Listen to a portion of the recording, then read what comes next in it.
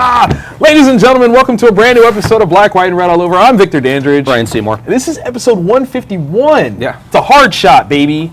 Take it, quick. Yeah, we're not that far away from our actual third anniversary. I know. It's creeping up. Dude, like, tiptoe. 156? Is Yeah, that the math? It's about right. I think it's about right. So, that's kind of exciting, man. I mean, Yeah. definitely exciting. Jeez. You know what also has me excited? Some of the books we read. Yeah. I was very, very pleased. I went Kirkman heavy. It's easy to do. I mean, you know. When he drops his two bigs. Right? For a quarter? You know, a quarter. These are jump on points, people. So, what else did you, okay, I know you read The Walking Dead. Yep. What else did you do? Same as you, except for a Bullseye. Oh. And that was a special request. Yeah. That was a special request. All right, so you tackled Invincible and Walking Dead, Bullseye. I kind of want to get into Bullseye because that was a request. Yes. And I didn't read it. Tell me a little bit about Bullseye. What is this? It is after how Bullseye died and then was brought back by the hand. Right. So he's back and he's being hired by a crime lord. Okay. We'll say that. An entrepreneur. Oh, okay. And he's supposed to go down to Colombia and kill a bunch of people in a cartel. I mean, that's definitely in the wheelhouse. Yeah. That is a Bullseye thing to do. Yeah. Okay. And that was the first story. Wait, there's more than one story? Like it's an anthology? Well, maybe because they brought Marv Wolfman in for a backup story. But like a 10-page backup story. Hey, that's good eating of a backup. Yeah. Okay. So All right. It's definitely, if you're a Bullseye fan, Right. definitely pick it up. Grab that. If the only Bullseye you know is Colin Farrell, pick this up and get corrected. That's my thoughts. I love you, Colin. I mean, no, I hated that movie. Oh, yeah. I can't. Oh, my God. I've even had people be like, the director's cut. Still no. No, it's like if eyes could poop. That's what would happen. Yeah. That's what would happen on celluloid. Boom. So I took on Darth Maul #1. Yes. I've always loved Darth Maul. Okay, I'm not gonna lie. I was born and raised a Trekkie. It wasn't until The Phantom Menace that I even knew that Star Wars was 3 different movies. Okay, I'm not gonna lie. I thought it was just one really long movie. And some people were like, no, it's A New Hope. Some people were like, it's The Empire Strikes Back. And I'm like, y'all just have preferences for what y'all want to call it? That's cool. Whatever. But it was the design of Darth Maul that I adored so much that I definitely was like a day oneer for The Phantom Menace. And Lucas let us down because he's such a cool character. He is sweet. He is the very definition of badassery. Yeah. And so I was really looking forward to this first issue, written by Colin Bunn, to see what we were going to get out of this. Yeah. And it's kind of interesting. You see, like, really a dichotomy of this guy that is so challenged by what he wants to do, but then what he's supposed to do. Yeah. Almost like a dog on a leash in a way. Yes! Where he's ready to go. I want to bite your face! What do you mean no? What do you mean heal? I'm a Sith Lord. We don't do that. Darth Maul, let me maul. Right. Let me just. So you really get like I think a very interesting behind the scenes look at this character. Oh, yeah. And I don't want to necessarily say like they're making him a victim, but I think we're about to like really see the dude behind them all. Jason Aaron. Yeah. Almost, where it's like a character like, oh, that's why. Completely. You're like, oh, that's why. Oh, he's not a murderer. He just really wanted to kill people. That's all. That's his thing. That's his special It's gift. his thing. It's all the training. So many years of training. What else is he supposed to do? So like, it's really cool. It was a little slower than I expected. However, it ends with a short story that is just utter charm and wonder. Like, I can't even. It doesn't. All right. So like the front half is just all like dark and Darth Maul-y. Metal and sithing. And then the second half is this dialogueless. Yes. Written by Chris Eliopoulos. I think that's how you say your last name, Chris. I pray I said it right for the first time ever in life. But it's so cute. It is adorable. And it has no place being a part of this book, but it absolutely is perfect being a part of this book. Yeah. So yeah, that's a fun one. That's definitely a good one. I enjoyed it. So, okay, which one do you want to talk about first? Walking Dead or Invincible? You go Invincible because I did not read that one. Okay. And I want to know because we're approaching the end. This is the beginning of the end, okay? So this is issue 132. Ryan Ottley is back, ladies and gentlemen. I heart you, Ryan. This is the march. This is the end of all things. Invincible is coming to the end, and This is the last 12. It's so okay. good, though. I know, dude. Like literally on my website currently, I am talking about what Invincible has meant to me over a 3-part little essay piece. I'm geeking. I'm not gonna lie. I mean, Kirkman, Bobby Kay. We've had our discussions. You've ignored me completely, which is fine. You're kind of important, and I'm not yet there yet.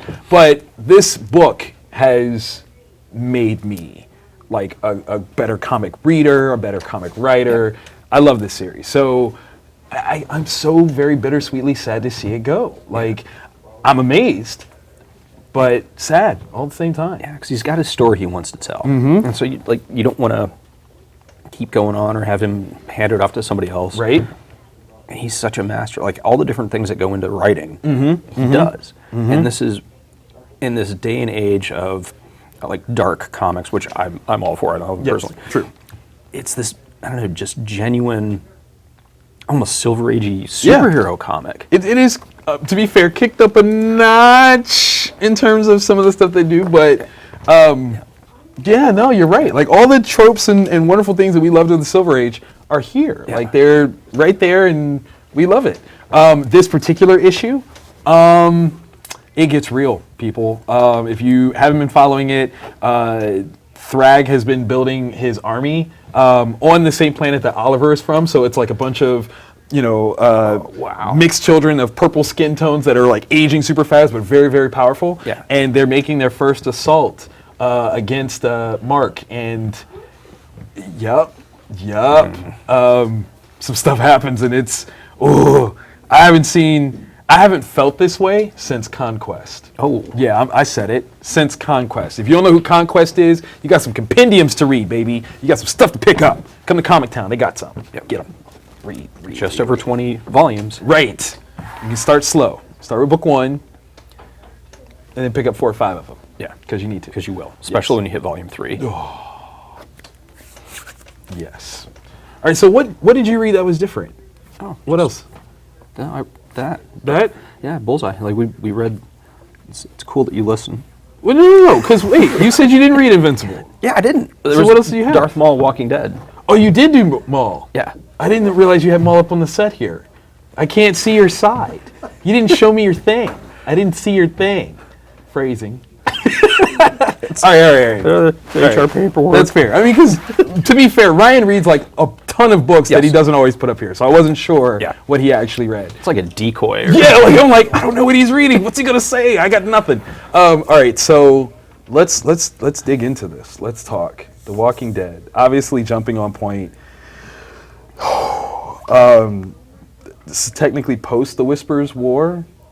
Technically, but still kind of not post. Yeah, it's only 25 cents, but it is not like a 25-cent throwaway issue. This is like a full size. No. They didn't make cheap paper or anything. It is a And it's not even like they gave recaps like, in the beginning of The Walking Dead, this is what happened. No. This is one that says, we want you to start buying this book, if you haven't already started, and go. Yeah. You're basically Rick waking up in the middle of a zombie apocalypse, figuring out what's going on. Because I know there's been issues that have not a lot has happened. Right. Just kind of because issue 150. That status quo. A lot happens in this issue. Yeah. Some characters make some very key moves. One particular character of note makes a big offering. I am real curious as to how that's going to play. I don't know. I don't know where that's going to go. Like, that's the thing that makes Walking Dead so good. You really just don't know where that stuff's going to go. Yeah. You have no idea. Because if it's what I'm thinking you're talking about, yes, I could see it going down that dark path. Yes. Very quickly. Very easily. Yeah. Absolutely. But maybe not. Maybe not. Which would surprise everyone. Yeah. Everyone, including everyone. Yeah. So, even in the comic, they're like, people are like, what? Yeah. Are you sure?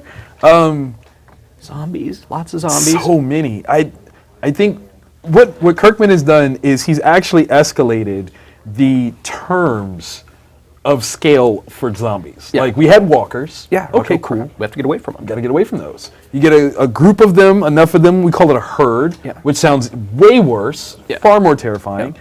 This new one, not okay. Yeah, That's not okay. Especially when they got to that first area, really, really squishy when you're reading it. And because I was like, oh, that would, not good, not good. The smell-o-vision version of this would be, yeah. I want to go to there. I know, right? It would be so horrible. Put it in the back of your throat and you're like, oh, tasty. Listen, I'm gonna say, like, I don't know if we'll ever actually get to this point in the series. I mean, people were complaining about the premiere of this season. Nope. No. Yeah, you just can't. Like, this is the not rated, deleted season. Nobody is safe. No, at all. Like, Okay. That's the beauty of it. Oh God. Like. Okay. For the record, I just want you to know, if you do go to your local comic shop and it happens to be Comic Town, do not talk to these people about what happened, because they said something as I was picking my books up about what they said was going to happen in Walking Dead. Totally spoilerific. Thank God it was wrong, but like there was enough people that immediately was like, oh yeah, that happened. I'm like, wait, what? Don't listen to them. Just don't listen. I kid. It was a joke. That was so that was messed up, man. Dude, that messed me up. And you're like, and then read it last. I'm like, and then when you got to that one panel, okay, you have no idea. Like or you do know, obviously. Yeah. The place that it took me to. Rude. That's why I love you, though. Yeah. You know what? I think it's time for some honorable mentions. Honorables. Let's do it. All right. So we've got some cool honorable mentions here. We've got one series that is the same. Yes. And then we deferred. But interestingly enough, I think they both end-cap story arcs. So I want to hear about yours first, because yours has been the most long-awaited. Yes, it has. This is Karnak, number 6. It started around the same week that Vision number 1. Stop, are you serious? Yeah, it's been forever. It's Warren Ellis, and I love Warren Ellis' stuff. Right. The art is highly stylized, and it's Karnak just being Karnak, and trying to find, what I think is interesting is we actually see more of a flaw in him than what he's doing. Okay. And it finishes. Okay. I mean, that's really all I've got to say about it. It's sad. After so long, I mean, there's nothing that they could have done. And in all honesty, after a year or so, at least it came out. Yes. The trade is coming when? Maybe, probably in 2 weeks. Okay. I mean, pick it all up and then binge read and see if that helps. Yeah, because you won't be affected by the temporal dissonance. There you go. So I took on Superman number 16, which wraps up the little multiversity style thing. Yes. I had been enjoying just the scale that they were trying to go for. Yeah. Because I mean, when anyone attempts to do something of a Morrison stature, like it's like, wow, good on you. Yeah. But then there are times when you realize that there's a reason why it's Grant Morrison that does it. Yeah. And not everyone can quite pull off what Grant does. I'm not saying that this is one of those occasions, but it's definitely one of those occasions where Grant Morrison did not write this, and you know it. Things kind of wrap up a little too nicely, too neatly, too quickly. Okay. Almost with that writerly, oh God, how do I do this? Da, da, da, da, da, da. There are some great, images with Tony Daniel's artwork. Oh. There's a couple of spots where he gets to shine in a real big bad way. Oh, cool. So there's a lot of pretty here. Just this particular ending was a little, but didn't quite. There was something in the back of that, though. Oh, yes, there is. Now, speaking of Warren Ellis, Yeah. who is given like what do we want to call this? Like an imprint piece? Yeah. He's redoing Wildstorm, but as Wildstorm has been folded into the DC universe, this is an alternate reality, alternate Earth version of Wildstorm, and there's like a preview interview with Ellis and what his plans are within this. There's some sketches, there's some preview pieces. I'd get this book for that alone. I'm not gonna lie. Like, I am there. Yep. I am so on board. Wow. I didn't order enough, and fellow retailers, you probably didn't order enough. This thing is, it's amazing. Yeah. Yeah. Which is super hella good. Monsters Unleashed number 2. Colin Bunn, yes, Greg Land, Jay Liston, like so many wonderful, talented people here. it's just They just had fun doing this. yeah, it is violence, it is superheroes and giant monsters, and that's There's fun. quips, man, and then there's funny inside jokes to things. Oh my gosh, yeah, you got Deadpool, Spider-Man, Thor, Rocket I Record. love that you had to do Spider-Man. That is so legit. So legit. I am going to cry foul, though, on one thing, Dagnabbit. I'm going to bring it up. This is valid. I think that you totally gave, like, a way for this entire, like, big monster conundrum to be over. And it's not even how you're using the solution. Like, I don't even understand this. Like, what? But don't use it there. Use it here. And There's ta-da! interesting other applications.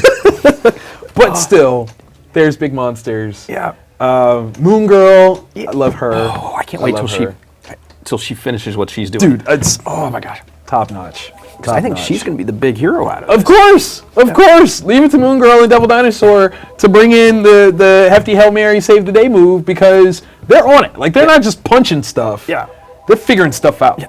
Punching the figures, maybe. Like, that's tick, tick, tick, tick, tick, tick, and solution.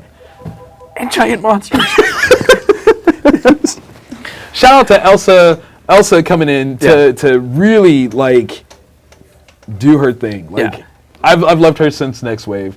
Oh my gosh, yeah, pick up Next Wave. Yeah. Just The Bloodstone Next Wave. Clan is just real, man. You can't. And she's just up there. Yeah. I can't wait for her to shoot something. It's gonna happen. She's It's gonna gonna shoot happen. something. That's just what she does. That's how she gets down, man. It's how she says hello. It's her thing. So yeah, the fiery redhead goddess that she is. I love her. This as a writer, yes, I had a qualm, but as a reader, dude, this is what comics is about, man. More fun than any of the most recent Marvel big events. Yeah. It's just Thank you. awesome. Thank you for this. Just because it's a breath of fresh air. Yeah. And you have people not fighting each other for stupid reasons. Yeah. No shade, all the shade. I'm a giant oak tree, and I just want you to know this is better than Civil War II and IVX. Do this more, less of that. All of this. giant monsters. Solve everything. Big 151 monsters.